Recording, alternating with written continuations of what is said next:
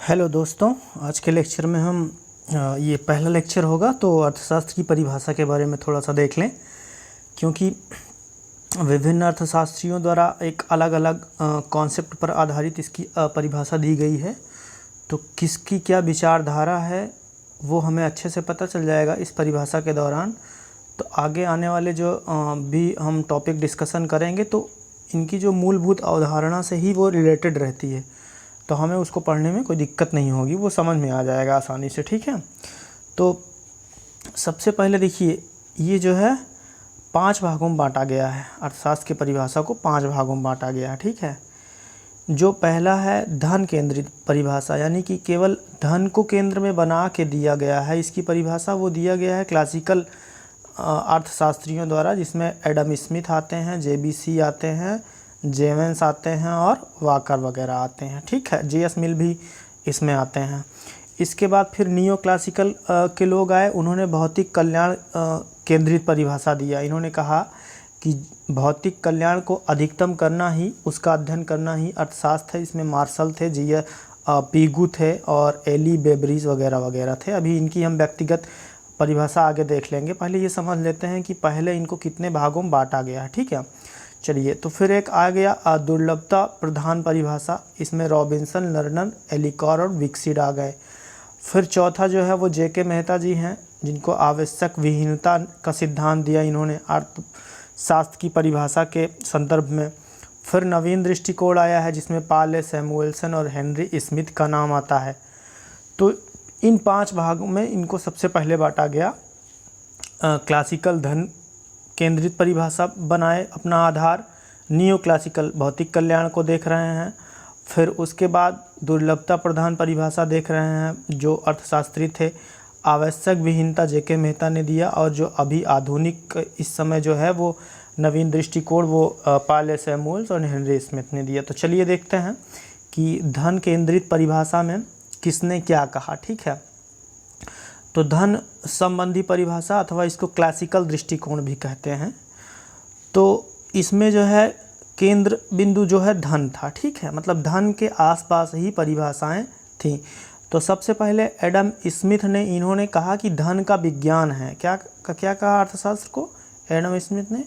धन का विज्ञान कहा। ठीक है, तो इनकी एक बुक आई थी 1776 में, उसका छोटा सा नाम बहुत ज़्यादा चर्चित है, जो वेल्थ ऑफ नेशन कहलाता है। लेकिन इनकी बुक का जो पूरा नाम है वो है an inquiry into nature and causes of wealth of nation. तो ये आपको थोड़ा सा मतलब तैयार रहना चाहिए। टीजीटी पीजीटी परीक्षा में पूछ सकते हैं कि इस पुस्तक के लेखक कौन है, तो यहाँ से एक प्रश्न बन जाता है। ठीक है, तो एडम स्मिथ ने कब लिखी थी? 1776 में।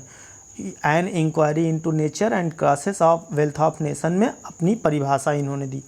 अब परिभाषा क्या दिया इन्होंने, देख लेते हैं। इन्होंने कहा कि अर्थशास्त्र धन का विज्ञान है।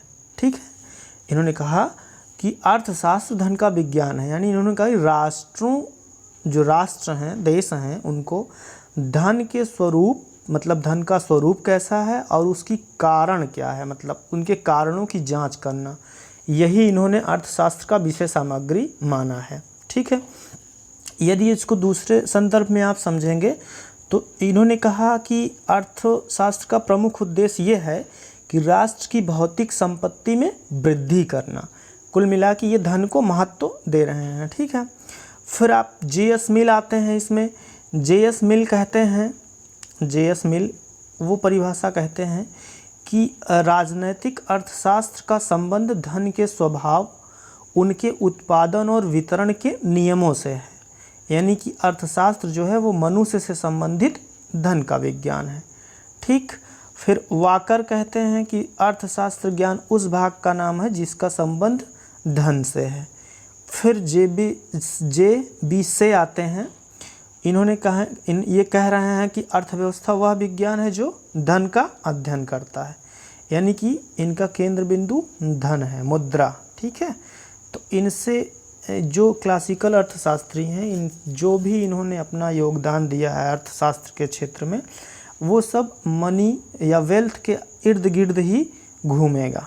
ठीक है, चलिए तो अब इसकी आलोचना नियो क्लासिकल क्या कहते हैं, इन्होंने कहा कि यह अत्यंत संकीर्ण परिभाषा है, यानी कि इन्होंने केवल और केवल धन को ही मतलब मुख्य विषय के रूप में रखा है, जो कि उचित नहीं है। इन्होंने क्या किया, अर्थशास्त्र के क्षेत्र को संकुचित कर दिया। इन्होंने धन पर आवश्यकता से अधिक बल दिया। आर्थिक मानव की कल्याण जो है वो कह रहे हैं कि उस पर कोई बात नहीं की गई या अनुचित कहा गया। ठीक है, तो ये नियो क्लासिकल आलोचना करके फिर ये कहते हैं कि अर्थशास्त्र की जो परिभाषा होनी चाहिए वो भौतिक कल्याण के बारे में होनी चाहिए, यानी कि हम भौतिक कल्याण को अधिकतम कैसे कर सकें इस बात पर विचार विमर्श होना चाहिए। अर्थव्यवस्था का अध्ययन इसलिए करना चाहिए। ठीक है, तो इसमें सबसे पहले नाम आता है मार्शल का। ये कहते हैं कि धन तो केवल एक साधन मात्र है। धन को क्या कहते हैं, ये साधन कहते हैं। ये साध्य में मनुष्य की बात करते हैं कि मनुष्य तो साध्य है, उसको महत्व दिया जाना चाहिए, साधन को नहीं।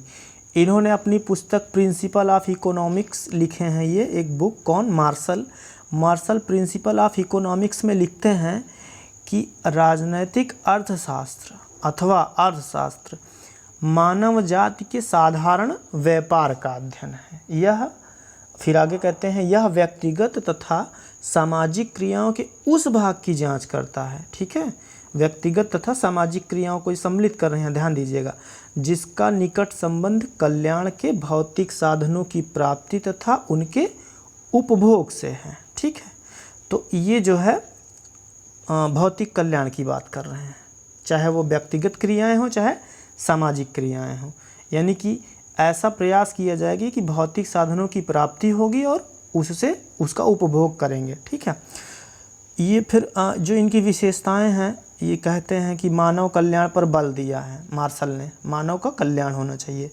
और जीवन के साधारण व्यवसाय संबंधी क्रियाओं का अध्ययन इसमें होगा, भौतिक कल्याण का अध्ययन होगा, और जो समाज में रहने वाले मनुष्य हैं उनके भौतिक कल्याण से संबंधित क्रियाओं से अध्ययन होगा, और व्यक्तिगत तथा सामाजिक दोनों कार्यों पर बल दिए हैं ये। ठीक है, उसके बाद फिर पीगू आ जाते हैं। पीगू भी इसी संदर्भ में कहते हैं कि अर्थशास्त्र जो है वो आर्थिक कल्याण का अध्ययन है।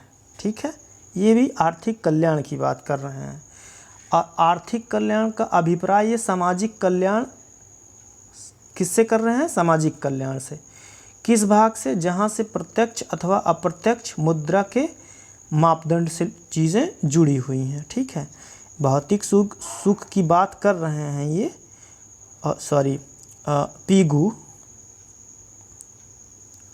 पीगू कह रहे हैं यहाँ पे कि अर्थशास्त्र आर्थिक कल्याण का अध्ययन है, और आर्थिक कल्याण उस भाग तक सीमित रहता है जिसका प्रत्यक्ष व अप्रत्यक्ष मुद्रा से मापदंड किया जाता है, यानी कि मुद्रा को महत्व तो नहीं दे रहे हैं, मुद्रा को ये सिर्फ मापक बना रहे हैं। ठीक है, इसके बाद जो है कैनन भी है। कैनन कहते हैं कि राजनीतिक अर्थशास्त्र का उद्देश्य उन सामान्य कारणों की व्याख्या करना है जिन पर मनुष्य का भौतिक कल्याण निर्भर हो। तो इस तरीके से हमने देखा कि जो क्लासिकल अर्थशास्त्री थे उन्होंने किस पर बल दिया, धन, उनकी परिभाषा धन के आसपास केंद्रित रही है, और नियो क्लासिकल ने भौतिक कल्याण या सामाजिक कल्याण या व्यक्ति के कल्याण से अर्थव्यवस्था की परिभाषा को बनाया है, यानी कि यहाँ पे आप भौतिक कल्याण की बात करेंगे।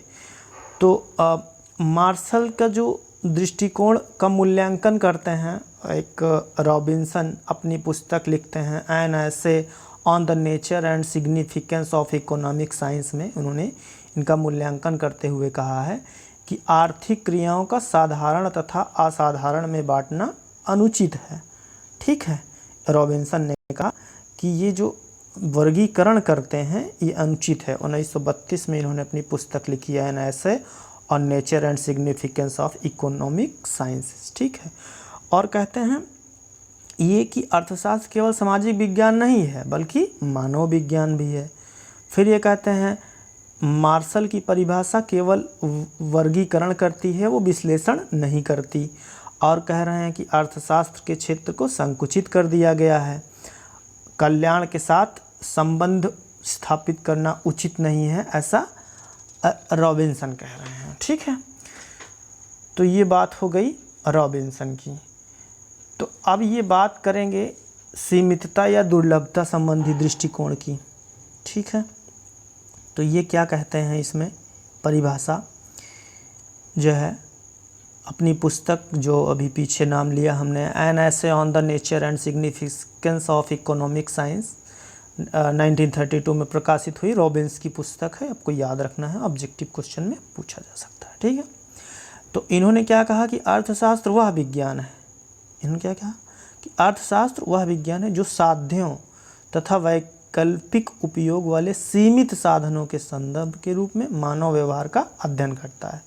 यानी कि ये क्या कह रहे हैं, मानव व्यवहार की बात कर रहे हैं, मानव व्यवहार के अध्ययन की बात कर रहे हैं रॉबिन्सन। ठीक है, साधनों से संबंधित।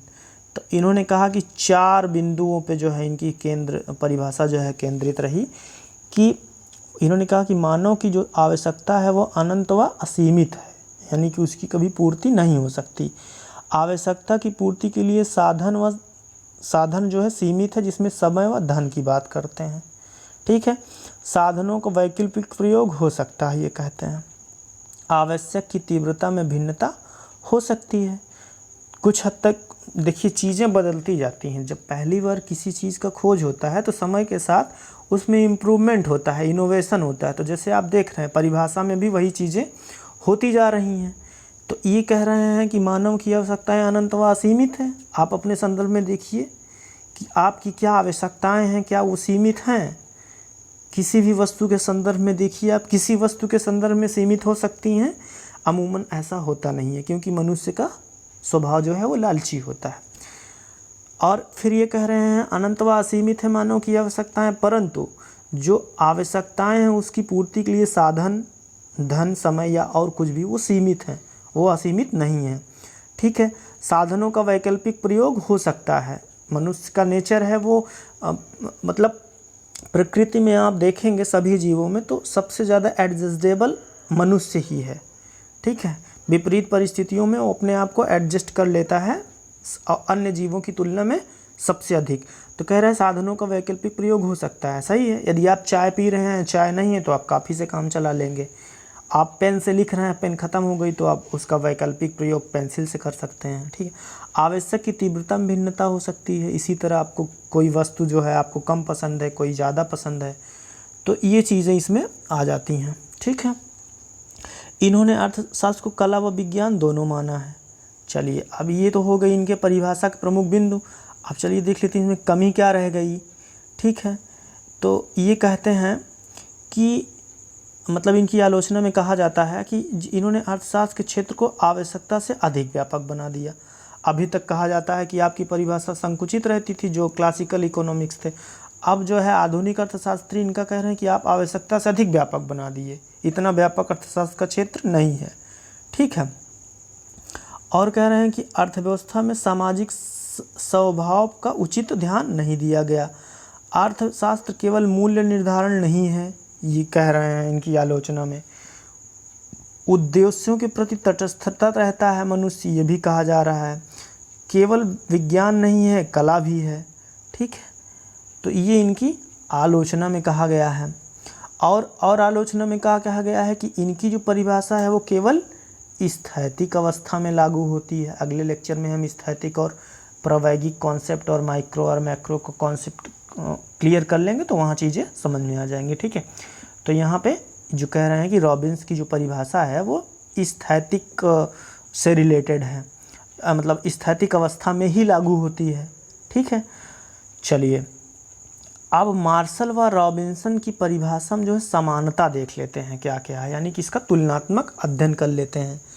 मतलब तुलनात्मक अध्ययन का मतलब समानता क्या है और असमानता क्या है। ठीक है, चलिए जैसे मार्शल क्या करते हैं, मार्शल जो है धन शब्द का इस्तेमाल करते हैं, जबकि रॉबिन्स क्या कहते हैं, सीमित साधनों की बात करी है इन्होंने, सीमित साधनों की बात करी है। डिफरेंट समझिएगा आसानी से एकदम। ठीक है, और दोनों ही परिभाषाएं यानी कि रॉबिन्स और मार्शल दोनों कहते हैं कि जो है ये दोनों लोग कहते हैं कि अर्थशास्त्र जो है वो धन के विज्ञान के रूप में स्थापित कर रहे हैं। ठीक है, और दोनों मानव व्यवहार का भी अध्ययन करते हैं। ठीक, और जबकि रॉबिन्सन क्या कहते हैं, दुर्लभता, चुनाव और मितव्ययिता की बात करते हैं, जबकि मार्शल क्या कहते हैं, अधिकतम कल्याण की बात करते हैं। ठीक है, तो ये हो गई। चलिए अब जो है इनका जो है ये तुलनात्मक अध्ययन हो गया मार्शल और रॉबिन्सन का। ठीक है, तो इन्होंने बताया कि विश्लेषणात्मक है, ये सारी चीज़ें हो गई, सीमित कर दिया, ये तो हमने डिस्कशन कर लिया। ठीक है, तो अभी देखिए आगे क्या है कि सिद्धांत की दृष्टि से रॉबिन्सन की परिभाषा श्रेष्ठतम है, जबकि व्यवहार की दृष्टि से मार्शल की परिभाषा श्रेष्ठतम है। यानी कि एक सिद्धांत की बात करते हैं और एक व्यवहार की बात करते हैं। रॉबिन्सन कहते हैं अर्थशास्त्र चुनाव का विज्ञान है, मार्शल कहते हैं अर्थशास्त्र आदर्श विज्ञान है, रॉबिन्सन कहते हैं अर्थशास्त्र वास्तविक विज्ञान है। ठीक है, तो ये दोनों लोगों में थोड़ा सा रहा जो भी समानता और हमने देख लिया। इसके बाद आवश्यक विहीनता परिभाषा आ जाती है। ठीक है, इसको प्रोफेसर जेके मेहता जी ने दिया है, जिसको जो है भारतीय दार्शनिक सन्यासी अर्थशास्त्री भी कहा जाता है। क्या कहा जाता है, भारतीय दार्शनिक